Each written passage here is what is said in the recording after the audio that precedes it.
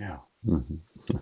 Staff projections of the future path of the portfolio and income show that the timing for the portfolio to reach its long run size, yes, will depend on numerous variables, including the path of longer term interest rates. Yeah.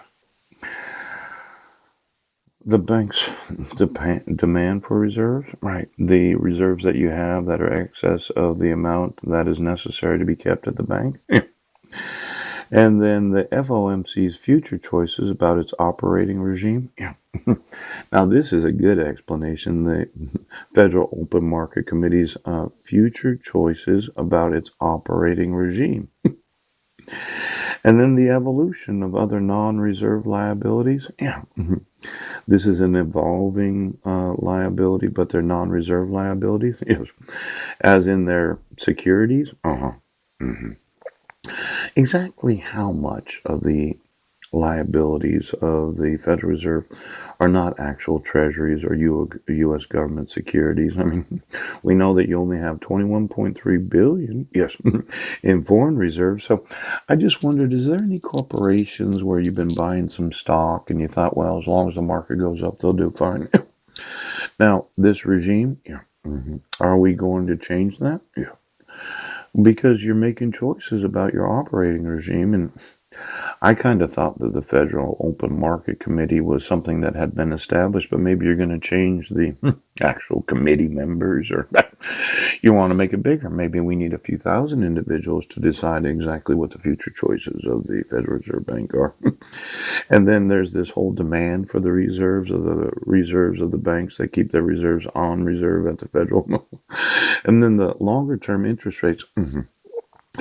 Now, this path of longer term interest rates, it has the implication that you're going to continue to raise interest rates, but really, it means that you have no idea what the interest rates are going to be because longer term means that you don't know what the interest rate's going to be. It's as if all these variables could kind of be manipulated to. Could you get me what the interest rate's going to be on the Fed funds rate approximately? Oh, 2 to 4 years from now, based upon your evaluation of the.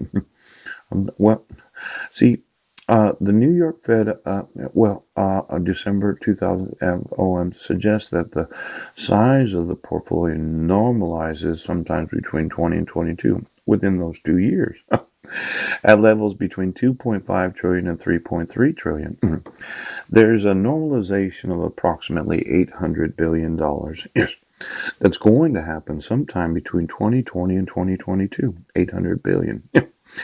Now, in that 800 billion, you feel no compulsion to get rid of all foreign currency reserves. Can do it. Seems that $800 billion, when you really think about it, there's a lot of wiggle room in there. Yeah.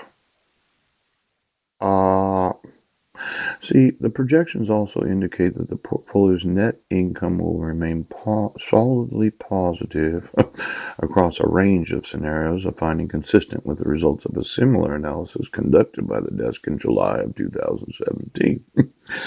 Now, I think it's so good that you're managing the actual money supply of the United States, and you're going to somehow normalize it between 2020 and 2022, somewhere in there. And it's going to normalize somewhere between 2.5 and 3.3 trillion. Yes, it is. Just an $800 billion question mark.